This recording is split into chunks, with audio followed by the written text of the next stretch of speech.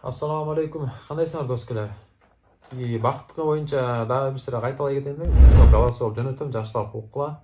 Анан дагы түшүнбөй калгандарга түшүнбөй калбасын деп жазуу түрүндө да жазам, жакшылап. Так, голосо жөнөттүм. Тура жаздым. Ушул дем алыш күнү жекшемби 27 апрель. Бактыгына барабыз да ошол саат 12:00 биздин ойдо вокзалда Кудай ушул калды. Машинасы барлар, машина менен жоктор жөө бара беребиз. Кийин такси менен барабыз, ээрчишип ким эмне алат билесиңер да. Ошол так не дейт? Ошондо саат 12:00 дегенде түшкү. Так, биздин ойдо болгондо Алматинский менен кесишкенби, Ленинский жетпейт. Ой, ооба.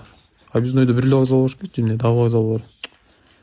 Кайра сурап беришти. Так. Ооба. Ошол. Не дейт? Такси менен барабызбы же машина мененби?